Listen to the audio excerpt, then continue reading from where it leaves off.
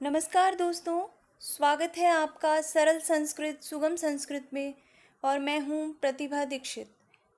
आज हम व्याकरण में आगे बात करने वाले हैं समास के विषय में।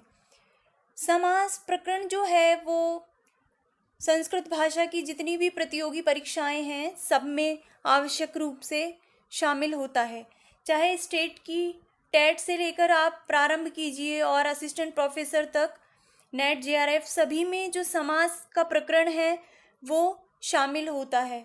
और समास जो है वो सामान्यतः लघु सिद्धांत कौमुदी के अनुसार ही समाहित होता है परीक्षा पाठ्यक्रम में। लेकिन समास और प्रत्यय दो ऐसे विषय हैं जिनके विषय में अक्सर विद्यार्थी ऐसे कहते हैं कि ये कठिन विषय हैं, इनमें से प्रश्न हम सही ढंग से हल नहीं कर पाते इत्यादि परेशानी जो है विद्यार्थी अपनी बताते हैं। तो प्यारे दोस्तों, मैं आपको ये कहना चाहूँगी कि परेशानी आपको तब आती है जब आप किसी भी विषय को गहनता से ना समझें और सिर्फ ऊपर से पढ़ के चले जाएं, या किसी ट्रिक से आपने पढ़ लिया और आप चले गए एग्ज़ाम देने, तो वहाँ पर परेशानी निश्चित है कि आपको आएगी। सफलता के लिए आपको ये आवश्यक है, यही एक सफल और असफल व्यक्ति का अंतर है कि जो सफल व्यक्ति है वो किसी भी चीज़ को अच्छे से पढ़ता है, गहनता से पढ़ता है, जिससे उसको कभी कोई समस्या नहीं आती। तो आइए आज बात करते हैं समास के बारे में। हम इस विषय को थोड़ा गहन रूप से पढ़ेंगे, इसको टुकड़ों में तोड़ तोड़ कर अच्छे तरीके से पढ़ने का प्रयास करेंगे। और ऐसी मेरी प्रयास रहेगा कि आप लोगों को ये विषय, जब तक ये समास का टॉपिक ख़त्म हो, जितने भी इसमें वीडियो बने 2, 3, 4, जब ये ख़त्म हो तो आप लोगों को समास एक कठिन विषय ना लगे, ऐसा मेरी प्रयास रहेगा। तो आइए प्रारंभ करते हैं समास को।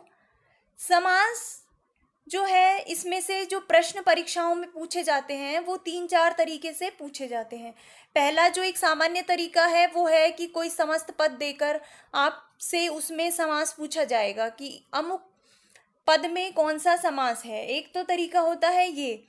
दूसरा तरीका है कि आपको कोई समस्त पद देकर आपसे उसका विग्रह पूछ लिया जाएगा, तो उसके लिए आपको उस पद का विग्रह पता होना चाहिए।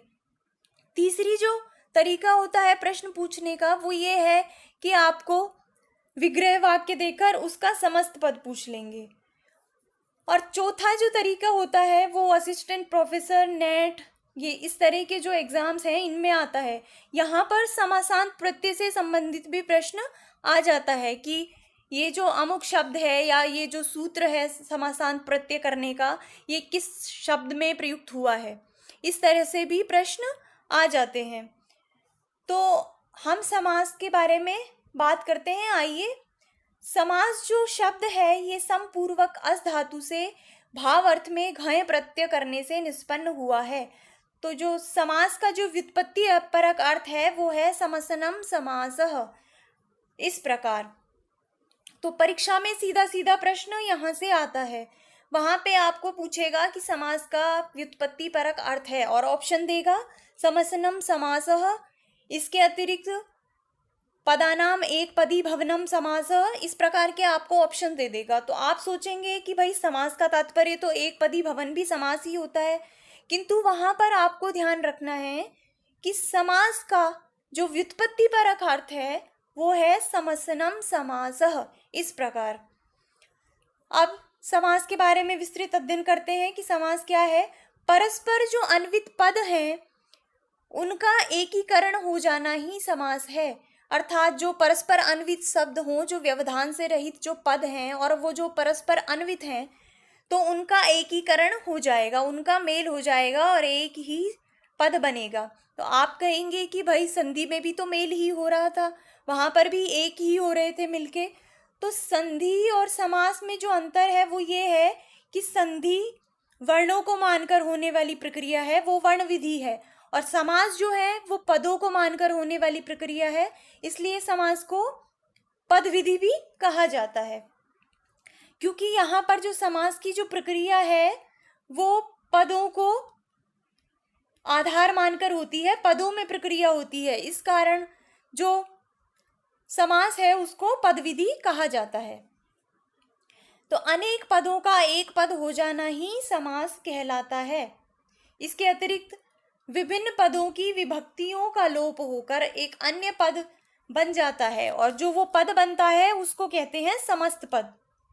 इसके अतिरिक्त भिन्न भिन्न अर्थ वाले अनेक पदों के समूह का एकार्थवाचक हो जाना ही समास है। अर्थात भिन्न भिन्न अर्थ वाले भिन्न भिन्न शब्द हैं, जैसे कि राज्ञः पुरुषः, ये दो शब्द हैं। यहाँ पे जो राज्ञः शब्द है ये भिन्न पद है और ये भिन्न अर्थ को बताता है, अर्थात राजा का, राजा से संबंधित ऐसा अर्थ बताता है। दूसरा जो पद है वो है पुरुष, उसका तात्पर्य है कि पुरुष। लेकिन जब ये दोनों भिन्न भिन्न अर्थ वाले पद मिलकर एक पद बनाते हैं और एकार्थवाचक हो जाते हैं, जब दोनों मिलकर किसी एक ही अर्थ को बताते हैं तो वो होता है समास। समास की जो प्रक्रिया है वो प्रायः समर्थ सुबंत पदों में होती है। अब समर्थ क्या है? ऐसे सुबंत पद अर्थात ऐसे शब्द जिनमें सुप प्रत्यय का प्रयोग हुआ हो और जो समर्थ हो, जिनमें सामर्थ्य हो। कौन सा सामर्थ्य? जिनमें एकार्थी भाव लक्षण सामर्थ्य हो। एकार्थी भाव लक्षण सामर्थ्य का तात्पर्य है कि ऐसे पद जिनमें एक जो अन्य पदों के साथ मिलकर एक ही अर्थ बताएं, जिनमें एक अर्थ बताने के भाव का सामर्थ्य हो, ऐसे जो समर्थ पद हैं उनको समास हो जाता है। ऐसे समर्थ सुबंत पदों को समास हो जाता है। अब ये जो समर्थ सुबंत पदों का समास है, इसके आगे एक शब्द प्रयुक्त है कि प्रायः, अर्थात ऐसा जो समर्थ सुबंत पदों का समास है वो प्रायः होता है। अधिकतर सुबंत पदों का समास देखने को मिलता है, किंतु कहीं कहीं ये जो समास है ये सुबंत और तिगंत का, इसके अतिरिक्त तिगंत और तिगंत का भी समास देखने को मिलता है। जैसे कि एहि यवम, ये जो एक समस्त पद है, इसमें जो समास है वो दो सुबंतों का ना होकर एक सुबंत और एक तिगंत का हुआ है। इसके अतिरिक्त जो ये खादत मोदता जो समस्त पद है, इसमें जो समास है वो दोनों तिगंतों का ही होता है, किंतु प्रायः जो ये प्रक्रिया है ये सुबंतों में ही होती है। जो प्राय जो समर्थ सुबंत हैं उनमें ही समास होता है। अब ये तो हो गई सुबंतों की समर्थता की बात, लेकिन समर्थ होने के साथ साथ इनमें एक शर्त और होनी चाहिए पदों में, तभी इनका समास होगा। अब वो शर्त क्या है कि ये जो सुबंत हैं ये परस्पर अन्वित होने चाहिए, अर्थात इन जो भी पद, जो भी घटक पद प्रयुक्त हों, उनका जो अन्वय है वो एक ही क्रिया के साथ होना चाहिए। जैसे राज्ञः पुत्रः गच्छति, यहाँ पर एक वाक्य है, इसमें जो राज्ञः और पुत्रः जो शब्द हैं, इन दोनों का जो अन्वय है वो एक ही क्रिया के साथ है, तो इन दोनों में समास होकर पद बनेगा राजपुत्रः, इस प्रकार। अब दूसरा एक वाक्य देखते हैं जिसमें राज्ञः शब्द भी प्रयुक्त है और पुत्रः शब्द भी प्रयुक्त है, किंतु इनमें परस्पर अन्वय का अभाव होने के कारण इनमें समास नहीं किया गया है। जैसे ये वाक्य है भवती दर्शनम राज्ञः पुत्रः चोरस्य धावति। यहाँ पर जो राज्ञः शब्द है इसका अन्वय है दर्शन क्रिया के साथ, और जो पुत्रः शब्द है इसका अन्वय है चोर के साथ, चोर पद के साथ। तो यहाँ पर ये जो दोनों पद हैं ये परस्पर अन्वित नहीं होकर किसी अन्य पदों में अन्वित हैं, इस कारण यहाँ पर इन दोनों का समास नहीं होगा और ये भिन्न भिन्न पदों के रूप में ही प्रयुक्त किए जाएंगे। तो ये कुछ शर्तें होती हैं कि जब समास होगा तो वो कहाँ कहाँ होगा। समर्थ होना चाहिए उसके लिए सुबंतों को, या फिर जो सुबंत हैं वो परस्पर अन्वित होने चाहिए, तो वहाँ पर नित्य ही समास हो जाता है। अब यहाँ पर समास में एक शब्द प्रयुक्त किया जाता है पद। पद से तात्पर्य हम समझते हैं कि जो सुप्तिंगंतम पदम, अर्थात जो सुबंत जो है वो पद कहलाते हैं और तिगंत जो है तिंग प्रत्यय से युक्त जो है वो भी पद कहलाते हैं। तो यहाँ पे समास प्रक्रिया में ये जो पद होता है ये दो प्रकार का होता है। कौन सा? एक होता है पूर्व पद और एक होता है उत्तर पद। पद के होते हैं दो प्रकार, एक पूर्व पद और एक उत्तर पद। अब पूर्व पद क्या होता है? समास प्रक्रिया में जो भी प्रथम श्रूयमाण पद है, अर्थात जो समस्त पद है, जब हम उसका उच्चारण करें तो जो पद पहले सुनाई दे, जो प्रथम श्रूयमाण पद है, वो पूर्व पद कहलाता है। इसके अतिरिक्त जो पद बाद में सुनाई दे उसको उत्तर पद कहते हैं। जैसे पाणी पादम जो शब्द है, इसमें पाणी शब्द पहले सुनाई देता है, पाणी पद, तो ये हो जाएगा पूर्व पद, और पादम पद जो है वो बाद में सुनाई देता है, तो ये हो जाएगा उत्तर पद। अब ये तो हो गई ऐसे समस्त पद की बात जिसमें दो ही पद हों, जिनमें दो ही सुबंतों का समास हुआ हो, किंतु समास जो है वो दो सुबंतों का भी हो सकता है और दो से अधिक का भी हो सकता है।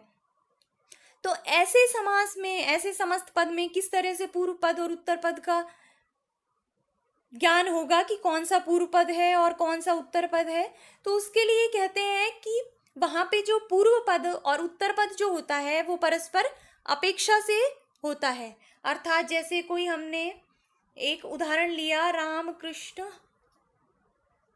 हरि, इस प्रकार ये कोई एक समस्त पद है, इसमें तीन पद है, राम कृष्ण और हरि। जब हम राम और कृष्ण की बात करेंगे तो परस्पर अपेक्षा होने से जो राम पद है ये पूर्व पद हो जाएगा और जो कृष्ण है वो उत्तर पद हो जाएगा।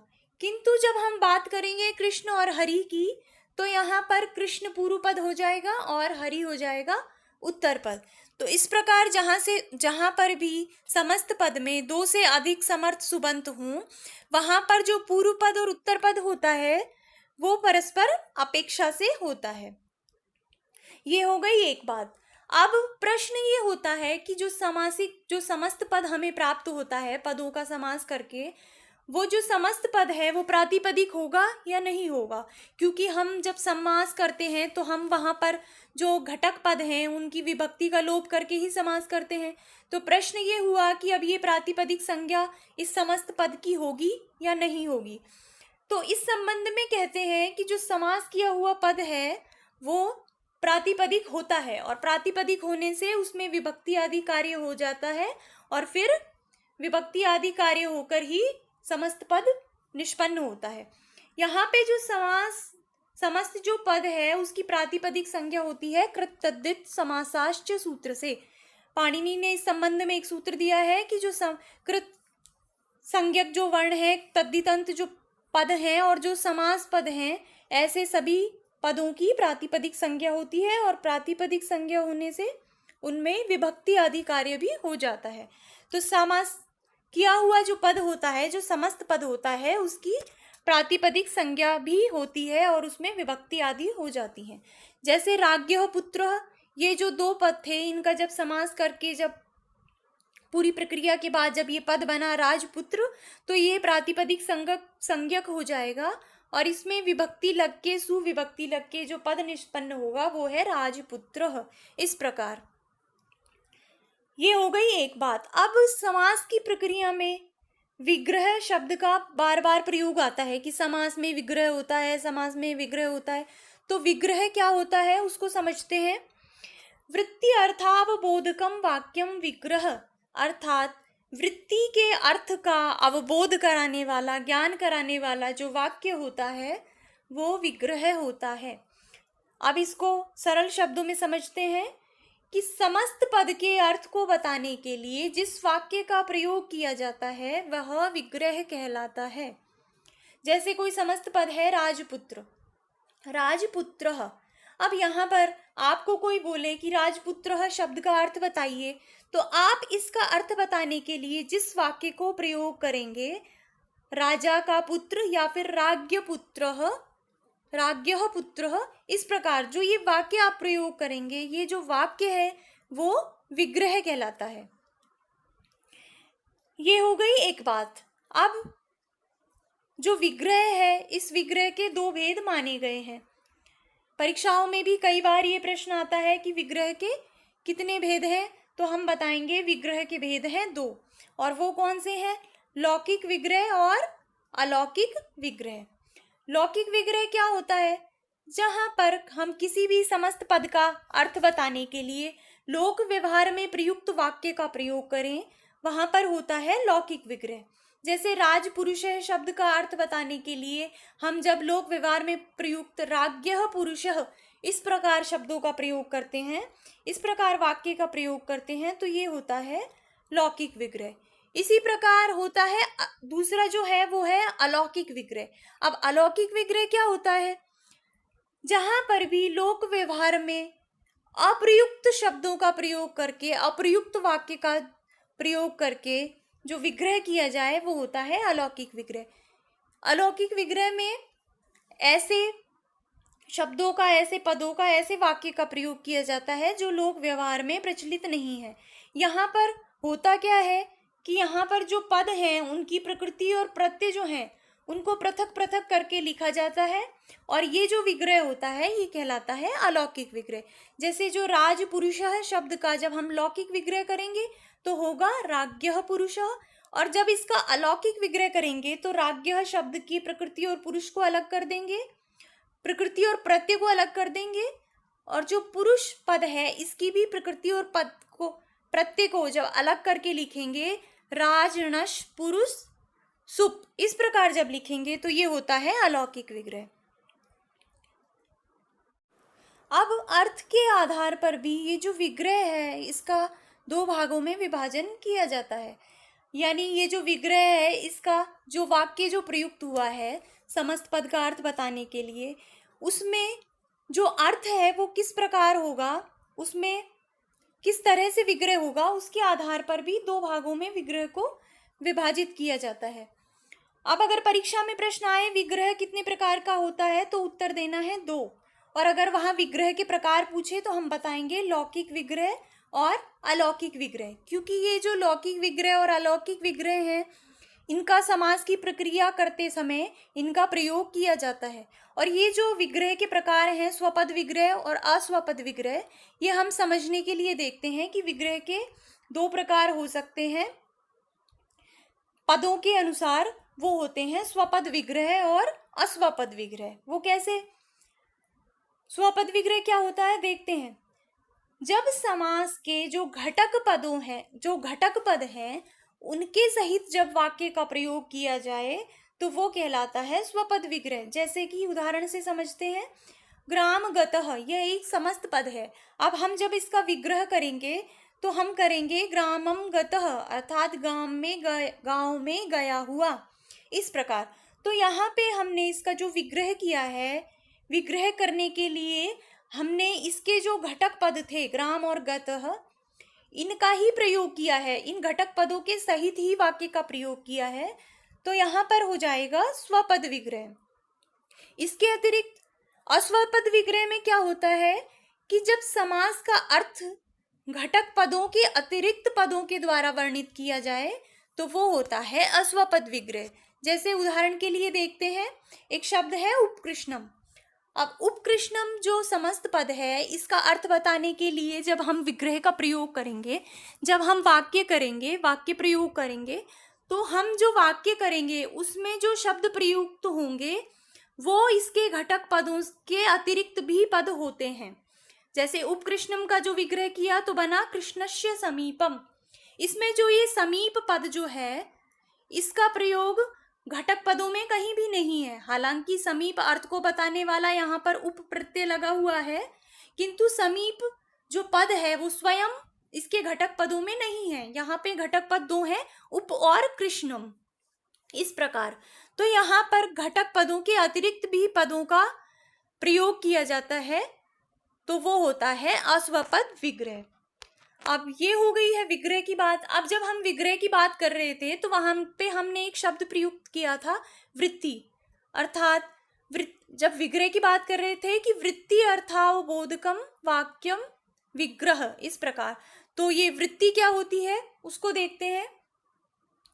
परार्थाभिधानम वृत्ति, अर्थात पर के अर्थ का अभिधान करने वाली वृत्ति होती है। दूसरे अर्थ का अभिधान जिसके द्वारा हो उसे वृत्ति कहते हैं। अब इसको सरल शब्दों में समझते हैं कि जब 2 या 2 से अधिक शब्द जुड़ें और एक नया अर्थ ग्रहण कर लें तो वो जो नया अर्थ ग्रहण करने की जो प्रक्रिया है वो कहलाती है वृत्ति। और वृत्ति जो है वो व्याकरण में 5 प्रकार की वृत्ति मानी गई है और समास में भी वृत्ति होती है। तो समास में जो दो पद मिलकर एक नया अर्थ ग्रहण कर लेते हैं, उस अर्थ को, वो जो नया अर्थ ग्रहण करने की जो प्रक्रिया है उसको कहते हैं वृत्ति। अब समास करने की एक सामान्य प्रक्रिया होती है कि कोई जो दो, अगर हमारे पास दो परस्पर अन्वित समर्थ सुबंत हों या फिर सुबंत तिगंत हों या तिगंत तिगंत हों, तो हम उनका समास कैसे करेंगे। तो उसमें एक प्रक्रिया का अनुसरण किया जाता है। वो प्रक्रिया क्या है हम देखते हैं, क्योंकि ये जो समास करने की प्रक्रिया है कई बार इसमें से भी प्रश्न परीक्षाओं में आ जाता है। यहाँ से भी पूछ लिया जाता है कि इसमें से पूर्व प्रयोग के बारे में प्रश्न आ जाता है। कई बार समासांत प्रत्यय से संबंधित प्रश्न भी आ जाता है। कई बार लिंग निर्धारण से संबंधित प्रश्न भी परीक्षाओं में आ जाता है। तो आइए हम देखते हैं कि समास करने की प्रक्रिया किस प्रकार होती है। तो समास जो है वो जोड़ने की प्रक्रिया है। वहां पर दो शब्दों को जोड़कर, दो शब्दों का एक पदी भाव होकर समास होता है। तो जब हमारे पास दो या दो से अधिक सुबंत हों तो सबसे पहले उनका लौकिक विग्रह किया जाता है। जैसे दो हमारे पास पद है राज्ञः और पुरुषः, तो इनका सबसे पहले करेंगे हम लौकिक विग्रह, राज्ञः पुरुषः, इस प्रकार। उसके बाद इनका किया जाता है अलौकिक विग्रह। अब अलौकिक विग्रह में इनकी प्रकृति और प्रत्यय अलग अलग करके राज, उसके बाद णस, पुरुष, सुप, सु, इस तरह से प्रकृति और प्रत्यय को अलग करके अलौकिक विग्रह किया जाता है। अब अलौकिक विग्रह के बाद क्या करते हैं कि ये जो दोनों घटक, दो या जितने भी जो वहां पर प्रयुक्त जो पद हैं उनकी विभक्ति का लोप हो जाता है, और लोप होने के पश्चात हमारे पास बचते हैं दो पद, राज और पुत्र। अब ये बच गए, अब इन दोनों का समास करना है। किंतु यहाँ पे एक समस्या आ जाती है कि ये जो दोनों पद हैं वो अपने आप में समर्थ हैं, दोनों का भिन्न भिन्न अर्थ है और ये शक्त और समर्थ समान रूप से हैं। तो हम इनका समास करते वक्त क्या ऐसा करें कि किसको पहले लिखें और किसको बाद में लिखें। ये होता है पूर्व प्रयोग, अर्थात दोनों पदों में से किसको पूर्व में लिखा जाए, इस प्रक्रिया पर हमें विचार करना पड़ता है। क्योंकि अगर राज को पहले लिखेंगे तो पुत्र बोलेगा मैं पहले आऊंगा क्योंकि मैं भी समर्थ हूं। इसी प्रकार जो पुत्र को अगर पहले लिख देंगे तो राज बोलेगा मैं भी समर्थ पद हूं, मुझे पहले लिखा जाना चाहिए। तो इस समस्या के समाधान के लिए पाणिनि ने एक सूत्र दिया है वहां समास प्रक्रिया में, जो कहता है कि समासे प्रथमा विभक्ति निर्दिष्टम उपसर्जनम, अर्थात समास प्रक्रिया में जो समास का विधायक जो सूत्र होता है, जिस सूत्र से समास संज्ञा बताई जाए, अर्थात जिस सूत्र से समास का विधान किया जाए कि इस सूत्र से ये समास होगा, तो उस सूत्र में जो प्रथमा निर्दिष्ट जो पद होता है, अर्थात प्रथमा विभक्ति में जो पद होता है, उस पद की उपसर्जन संज्ञा होती है।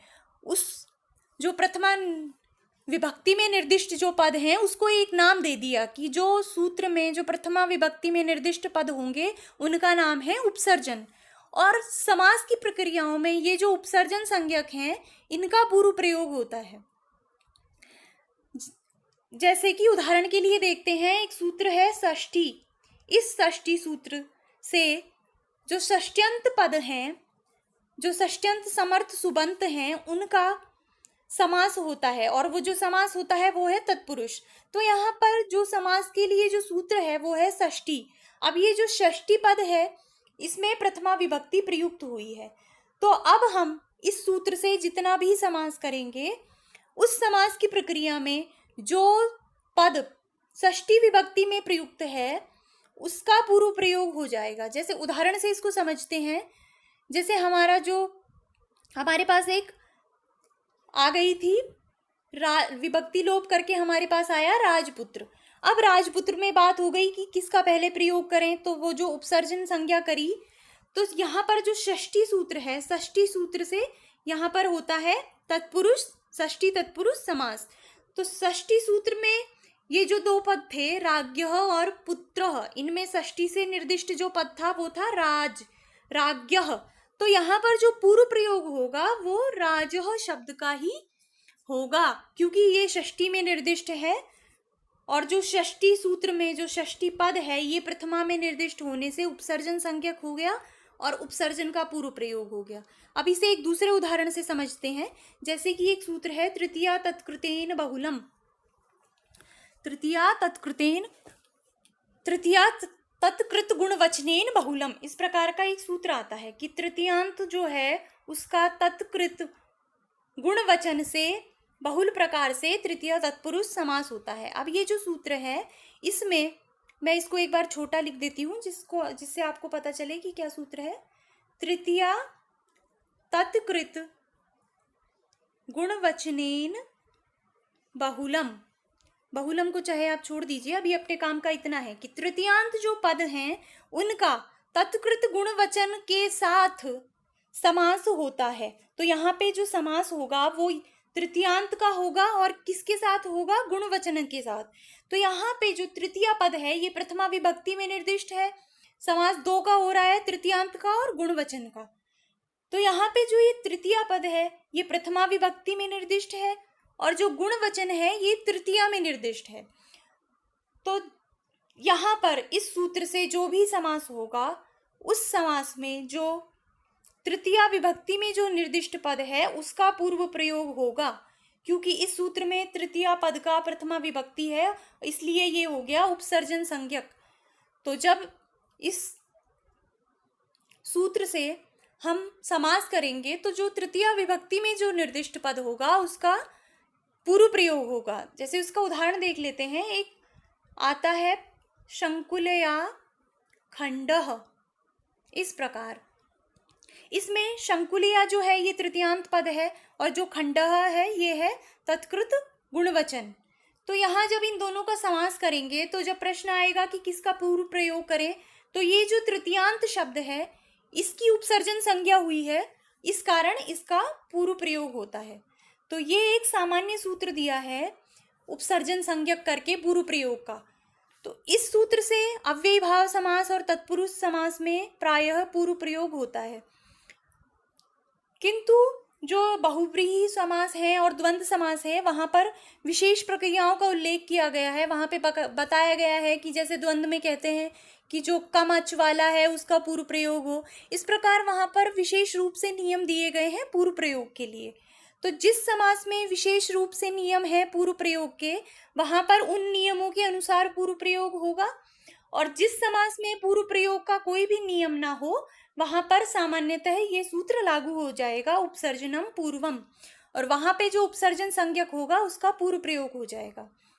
तो इस प्रकार हम जो समास की प्रक्रिया कर रहे थे उसमें सबसे पहले हमने लौकिक विग्रह करा, फिर अलौकिक विग्रह करा, उसके पश्चात हमने विभक्ति लोप करा और पूर्व प्रयोग कर लिया। अब जब पूर्व प्रयोग कर लिया तो हमारे पास आया राजपुत्र, इस प्रकार का एक शब्द। अब इसमें कई समासों में समासांत प्रत्यय भी बताए गए हैं। जैसे अव्ययी भाव जो समास है उसमें टच प्रत्यय की, समासांत प्रत्यय जो टच आदि है उसकी प्रक्रिया बताई गई है। उनका विस्तृत वर्णन हम समासों के प्रसंग में ही करेंगे, जब हम उनको पढ़ेंगे विस्तृत रूप से तब वहाँ देखेंगे। किंतु मैं ये कहना चाहती हूँ कि पूर्व प्रयोग होने के बाद जहाँ समासांत प्रत्यय का प्रयोग करना है वहाँ पर समासांत प्रत्यय का प्रयोग कर देंगे।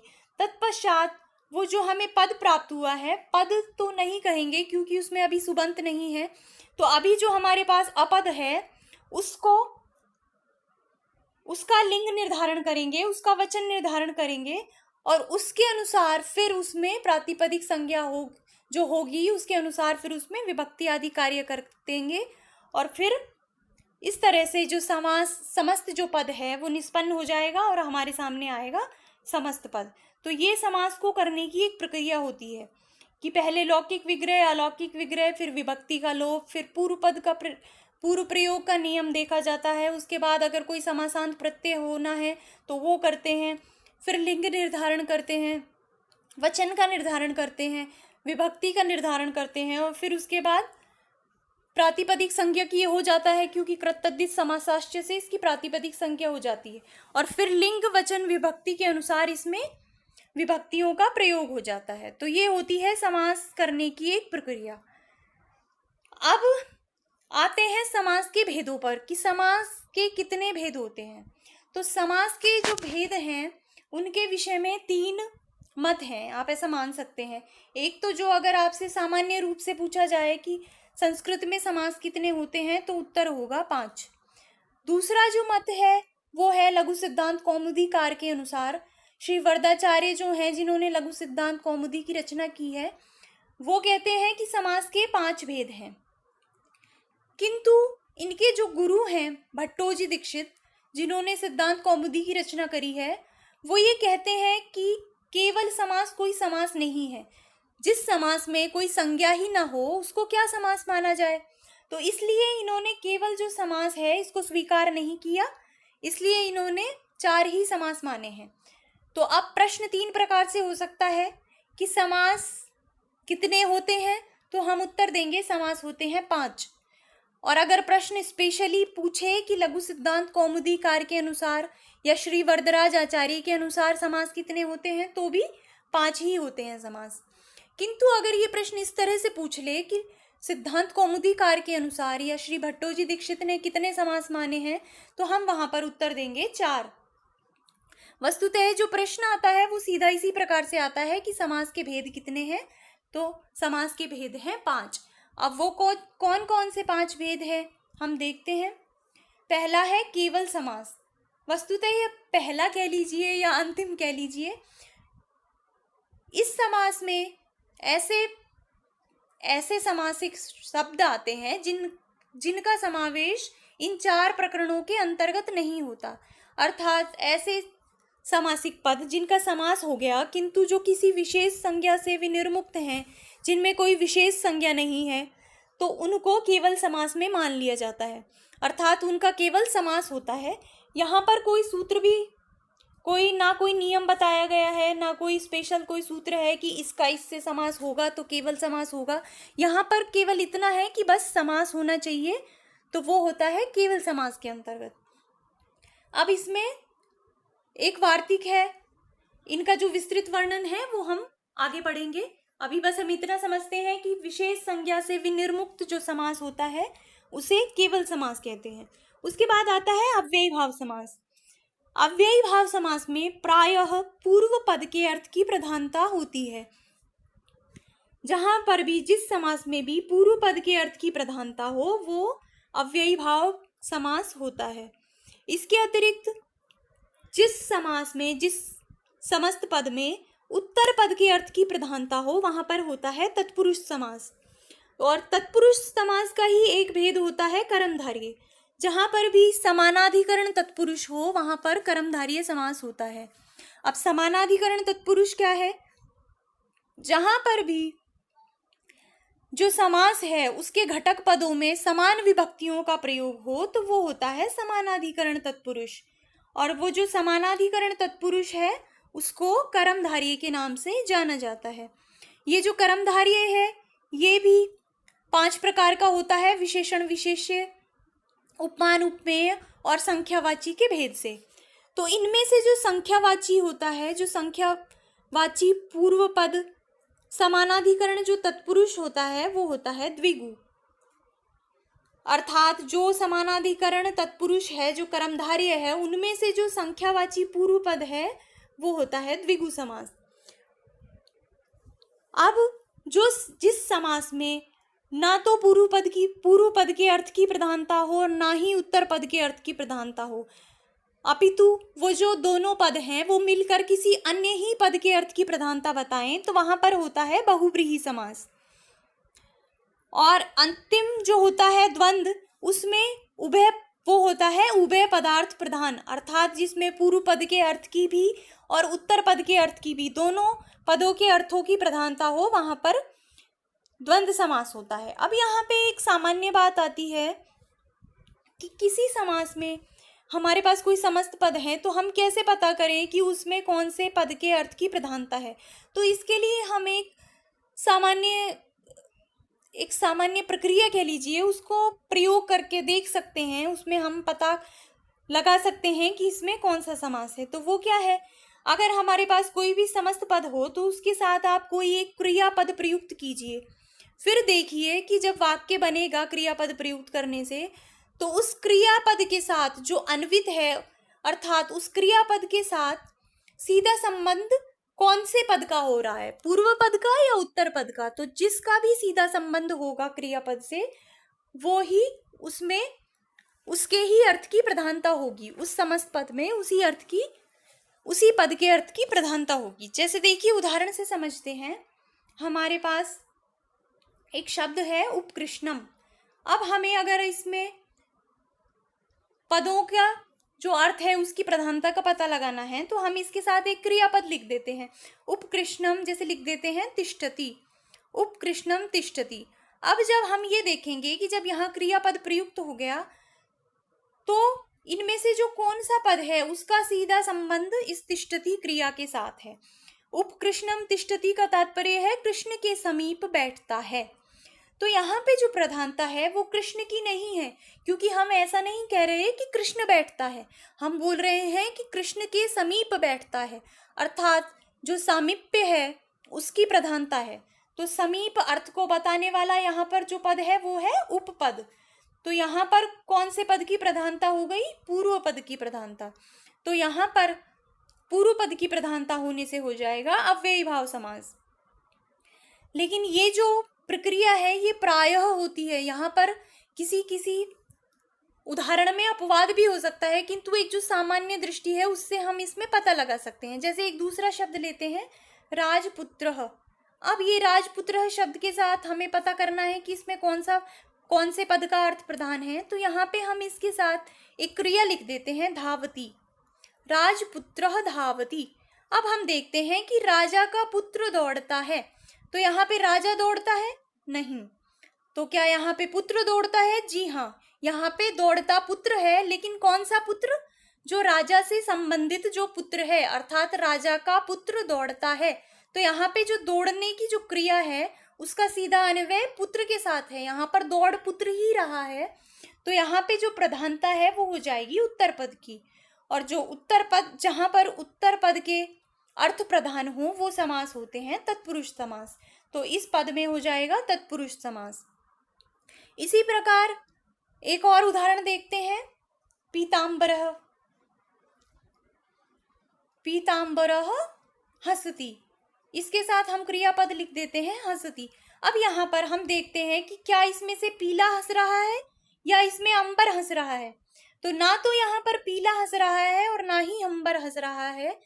यहाँ पर जो क्रिया है ये उस पुरुष के संबंध में है कि ऐसा वो पुरुष, पीला है वस्त्र जिसका, ऐसा वो पुरुष हंसता है।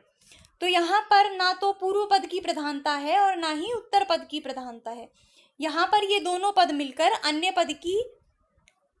पद के अर्थ की प्रधानता को बताते हैं। तो यहाँ पे हो जाएगा बहुव्रीहि समास। इसी प्रकार देखते हैं रामकृष्णौ गच्छतः, इस प्रकार ये क्रियापद यहाँ पर प्रयुक्त कर दिया। तो अब हम यहाँ देखेंगे कि यहाँ पर जब हम बोलेंगे रामकृष्णौ गच्छतः, तो क्या राम जाता है या कृष्ण जाता है, क्या अर्थ हो रहा है। तो यहाँ पे जो दोनों जो पद हैं, जो पूर्व पद और उत्तर पद हैं, दोनों का समान रूप से दोनों क्रिया के साथ अन्वित है। यहाँ पर राम भी जाता है और कृष्ण भी जाता है, अर्थात यहाँ पर दोनों पदों की प्रधानता है। तो जहाँ पर भी उभय पदों के अर्थों की प्रधानता हो, पूर्व पद और उत्तर पद दोनों पदों के अर्थों की प्रधानता हो, वहाँ पे हो जाएगा द्वंद्व समास।